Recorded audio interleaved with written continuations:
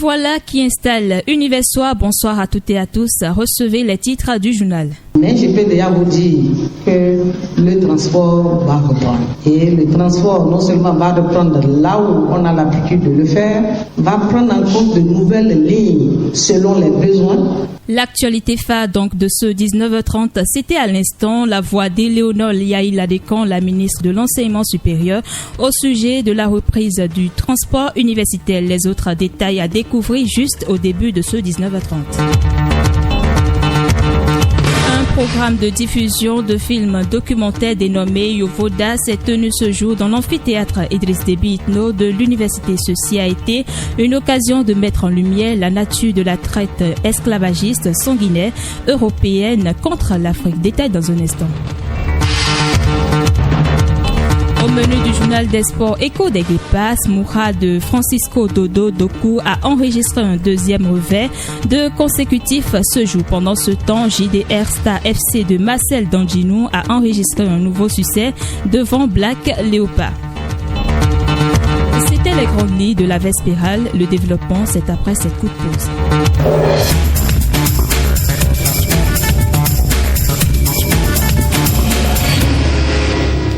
Bienvenue à toutes et à tous. Je l'annonçais il y a un instant dans les titres. Le transport universitaire va reprendre bientôt. C'est une exclusivité que vous donne la station universitaire. Elle émane des propos d'Éléonore Yahi Ladekon, la ministre de l'Enseignement supérieur et de la Recherche scientifique. En réponse à l'une des questions sur les dispositions en cours pour la reprise des bus universitaires suspendus depuis le 17 février 2023, l'autorité de tutelle a rassuré et a donné des précisions. Que retenir de ces explications, Boris Agbalika?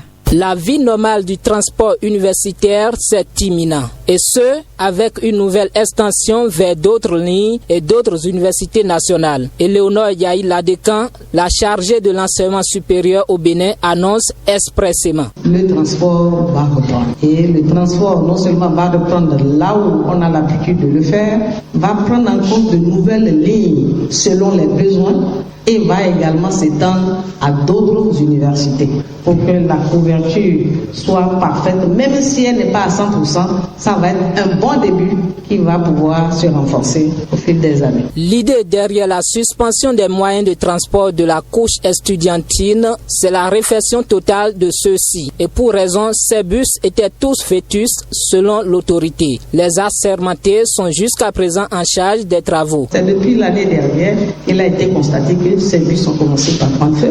Ces bus ont affiché leurs limites et nous avons ainsi accéléré ce qui est prévu dans la réforme. Ce qui est prévu dans la réforme, c'est de pouvoir céder ça à ceux qui savent faire ça. C'est qui les professionnels en matière de transport qui vont assurer une durabilité au bus et en même temps faire un modèle économique en termes de consommation de carburant. Les autorités gouvernementales et ministérielles n'ont aucunement bourdé les oreilles face aux problèmes des étudiants. Patrice Talon, le numéro 1 béninois en personne, prend à bras le corps le dossier transport universitaire et y met de la pression. Éléonore Yahi Ladekon. Le chef de l'État a rattrapé donc la commission dans la réforme qui est en cours pour dire qu'il faut intégrer cela. Et je préfère laisser cela au titre des annonces qui viennent d'ici là. On ne va pas dire que nous faisons la sourde oreille aux problèmes récurrents de nos étudiants. Tout le temps qu'ont duré ces explications, l'autorité ministérielle n'a indiqué aucune date de reprise. Elle a juste rassuré de l'imminence. Bien à vous, Boris Agbalika. La phase pratique des examens nationaux de licence en technique se poursuit toujours. Ici, à l'école polytechnique d'Abomey-Calavi et PAC pour les étudiants en cycle de licence dans les universités privées. Système industriel est la matière qu'ont composé ces étudiants pour le compte de la matinée de ce jour. Pour la plupart des étudiants rencontrés, les compositions sont abordables et espèrent un bon résultat après leurs efforts. On les écoute.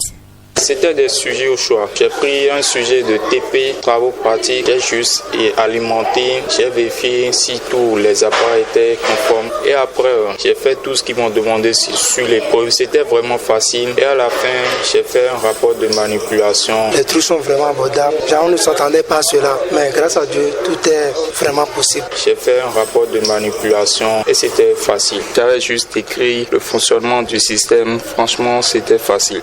Ils étaient au micro de Juliette Ayodeji. Ces compositions qui ont démarré lundi dernier prennent fin demain. On en vient à cette autre actualité annoncée en titre. La fondation Kamonsi, en partenariat avec l'université d'Abomey-Calavi, a organisé dans la matinée de ce jour une diffusion de films documentaires Yovoda dans l'amphithéâtre Idriss Déby Itno de l'université. L'objectif de ce programme est de comprendre la nature de la traite esclavagiste sanguinaire européenne contre l'Afrique et son impact sur les sociétés d'aujourd'hui. L'activité a réuni étudiants, enseignants et bien d'autres. Compte rendu, Colombe Lissanou, présentation Raïssa Ronkanlikbe.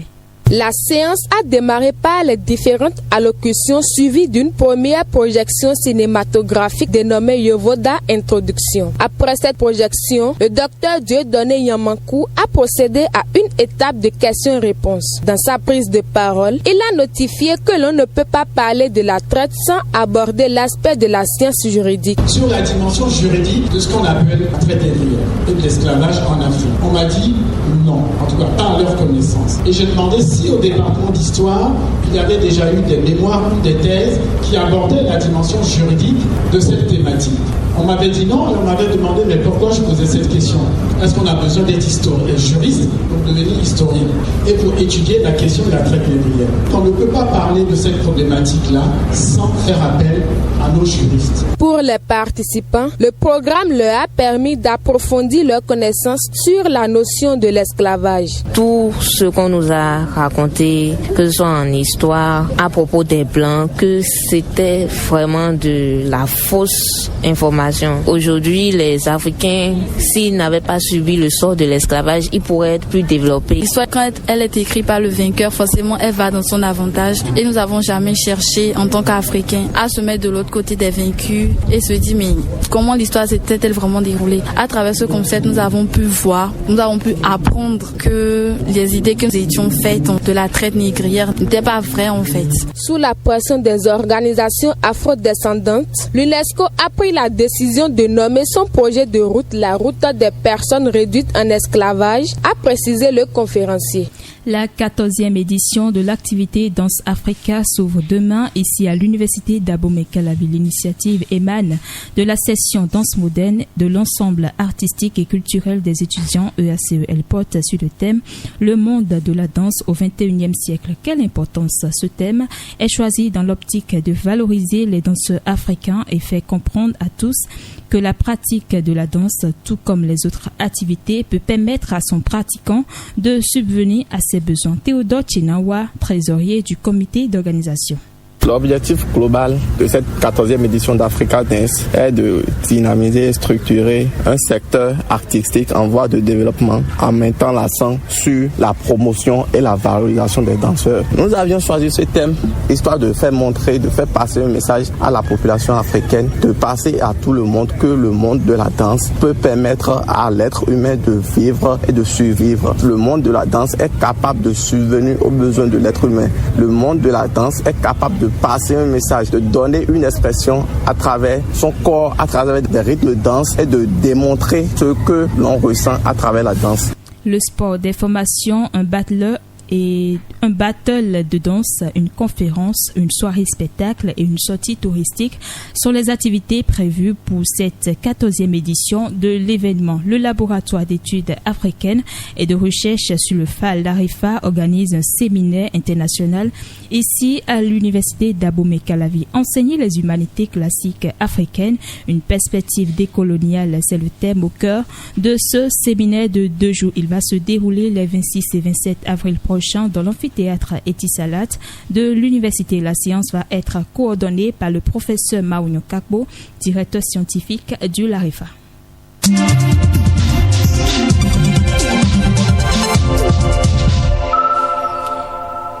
Le rendez-vous hebdomadaire des ministres s'est tenu ce mercredi, ceci sous la houlette du chef de l'État, Patrice Talon. À cette occasion, plusieurs décisions ont été prises. Au niveau des mesures normatives, il a été question de l'attribution, l'organisation et le fonctionnement du ministère de l'énergie, de l'eau et des mines, l'approbation des statuts modifiés de l'agence béninoise pour le développement du tourisme et nomination des membres de son conseil d'administration dans ce secteur.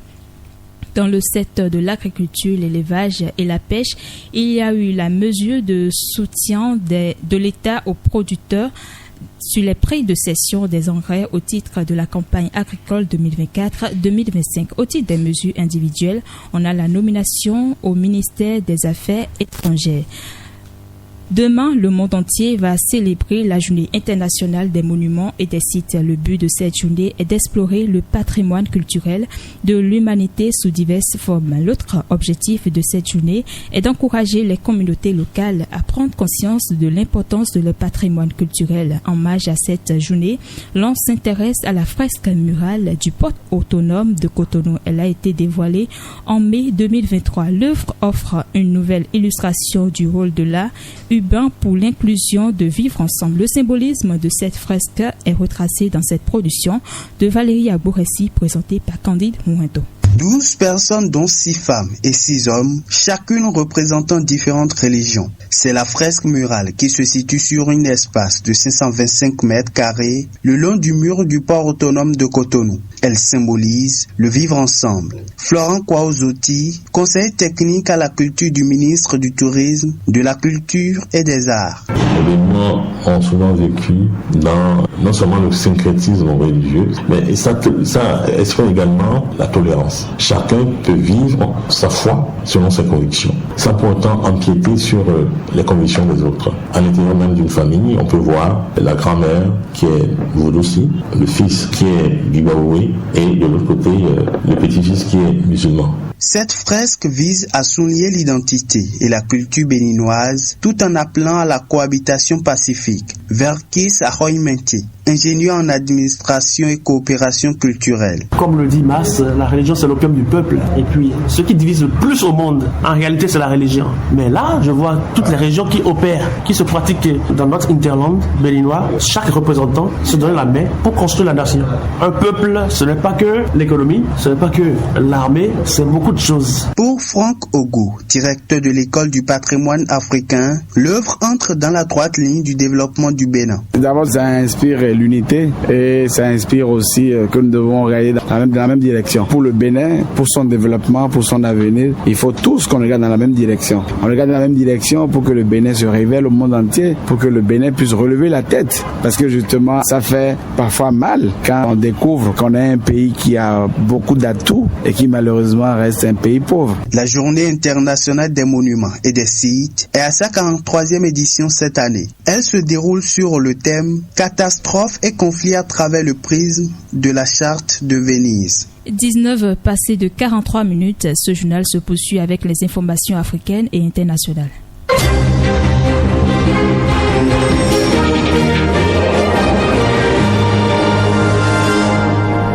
Et c'est avec vous, Liège Doria Tchakbel. Liège, bonsoir. Joanna Noati, bonsoir. La deuxième édition du symposium international va se tenir les 9, 10 et 11 prochains à l'université Félix Houphouët-Boigny en Côte d'Ivoire. C'est une co-organisation entre les universités Joseph Kizerbo, Félix Houphouët-Boigny et le pôle d'excellence africain Africa Multiple de l'université Joseph Kizerbo. Assis sur le thème bien-être, savoir et pratique plurielle de soins, ce symposium est une occasion pour les participants issus de plusieurs secteurs d'activité d'échanger avec les spécialistes et de soulever des questionnements d'ordre éthique, épistémologique, méthodologique et réflexif sur des logiques d'acteurs au regard des diverses pratiques de soins. Son autre objectif est de permettre d'interroger des savoirs, des pratiques et des compétences en matière de techniques et de pratiques thérapeutiques pour une santé globale en termes de One Health. Cette rencontre scientifique va se tenir les 9, 10 et 11 mai prochains à l'université Félix Houphouët-Boigny à Abidjan en Côte d'Ivoire. En hommage à la deuxième édition de la Semaine des presses universitaires de Dakar, une table ronde est organisée. Assez sur le thème les différents modèles économiques de l'édition scientifique, elle vise à faire connaître les nouvelles offres de services des presses universitaires de Dakar et présenter les catalogues des presses universitaires du Dakar. Cette table ronde va se tenir le 23 avril prochain de 9h à 11h sur le pavé de la BU UCAD. Une conférence dédicace est organisée à l'université Cheikh Anta Diop de Dakar. Elle intervient dans le cadre de la semaine du livre. Cette conférence dédicace de l'ouvrage éthique et argumentation polémique du professeur Aliou Dieng est une initiative des presses universitaires. La conférence va se dérouler sur l'esplanade de la bibliothèque de l'université Cheikh Anta Diop de Dakar le vendredi 26 avril prochain de 15h à 17h. Au Cameroun, l'ex-présidente de la section Yaoundé 2 de l'association des étudiants, élèves et stagiaires tchadiens au Cameroun, Daifa Oualoumi J'y-arrive est désormais libre de ses mouvements. Johanna, l'annonce de sa libération a été faite ce jour dans un communiqué signé par le vice-président de l'association des étudiants, élèves et stagiaires tchadiens au Cameroun. Ceci suite à l'engagement de l'ex-présidente Daifa Oualoumi de ne plus s'investir dans les activités de l'association. Daïcha Oualoumi a été suspendue de la tête de la section AES TIC Yaoundé 2 et pour interpellation, insubordination et incitation à la révolte vis-à-vis de la coordination nationale de l'association. Par ailleurs, le communiqué dément la publication de réseaux des citoyens Tchad One et autres médias sur les réseaux sociaux que Daifa a été arrêté par les autorités camerounaises en complicité avec l'ambassade du Tchad au Cameroun. Elle est interpellée par l'association par manque de coopération et de respect de consensus. Un appel à contribution a été lancé hier pour la crise humanitaire en Éthiopie. Eh bien, le gouvernement éthiopien et celui de la Grande-Bretagne, soutenu par les Nations Unies, a organisé hier, comme vous l'avez su bien dit, une journée d'appel à contribution pour la crise humanitaire en Éthiopie. L'objectif de cet appel est de récolter plus de 3 millions de dollars pour le plan de réponse humanitaire de l'année 2024. Selon les Nations Unies, ceci est de faire face à la crise alimentaire qui se profile en Éthiopie. Près de 11 millions de personnes risquent une insécurité alimentaire accrue. L'autre facteur est que l'Éthiopie accueille environ 9300 réfugiés venus de Somalie et les pays voisins, sans compter ses propres déplacements internes en raison des conflits au Tigré. La Commission internationale d'experts des droits humains pour l'Éthiopie a mis un terme à sa mission en octobre dernier, mais aucun pays membre de l'ONU n'a demandé son renouvellement. Merci à vous, Liège Doria Tchakpe, pour l'exercice. Pour boucler cette édition, nous allons inviter Anno Dossa pour la page des sports. Le journal, la page des sports.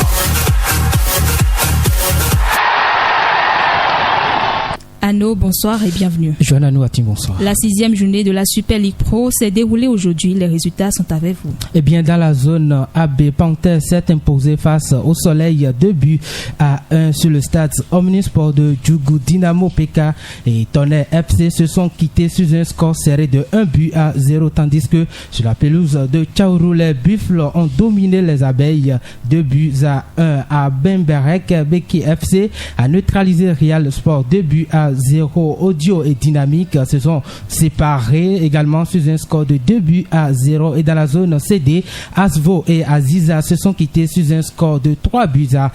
Adidja a disposé de J.A. Ketou 2-1. Ainovi est venu à bout de la jeunesse sportive de Ouida sur un score étriqué de 1-0. Étoile filante a dominé Jeffa FC 2-1 alors que Avlancourt, Omnisport et As Police se sont neutralisés sur un score nul et vierge. 18e journée de la première ligue égyptienne. Smoura de Francisco Dododoku a encaissé un deuxième revers alors que JDR Star FC de Danjino a enregistré une nouvelle victoire. Joanna, le Guepa et ses partenaires se sont inclinés face à El Gouna FC sur un score étriqué de 1-0. Titulaire au coup d'envoi, le milieu béninois a été remplacé à la 67e minute du jeu. Doku a joué 12 matchs de championnat cette saison pour 11 titularisations, toutes compétitions confondues bien entendu. Il a participé à 15 matchs et a inscrit un but en Ligue Smouha occupe désormais la 8e place avec 22 points et un match en moins, alors que dans la journée d'hier toujours, JDL Star FC de Marcel Danginou a enregistré un nouveau succès à domicile en s'imposant 2 buts à 1 devant Black Leopard. Le gardien béninois était titulaire et a joué les 90 minutes du jeu. Le Guépard a désormais disputé 19 matchs cette saison. GDR Star totalise 37 points et gagne provisoirement à la 3e place. Dernière information pour finir avec vous. Coupe du monde scolaire Chine 2024. Les adversaires du Bénin sont connus. Eh bien, le tirage au sort de la Coupe du monde de football scolaire 2024 a eu lieu dans la journée d'hier, 5e de la précédente édition disputée au Maroc. Le Bénin a été logé dans le groupe G aux côtés de l'Ouganda et de Taïwan et du Kenya. 36 équipes vont participer donc à cette édition qui aura lieu du 17 au 27 mai 2024 à Dalian en Chine. Pour cette édition, le Bénin a pour objectif de faire mieux cette année. Avec l'appui du ministère des Sports, la troupe à Séverin Dahan se prépare activement pour atteindre cet objectif. Johanna, il faut noter que la compétition est réservée aux moins de 18 ans.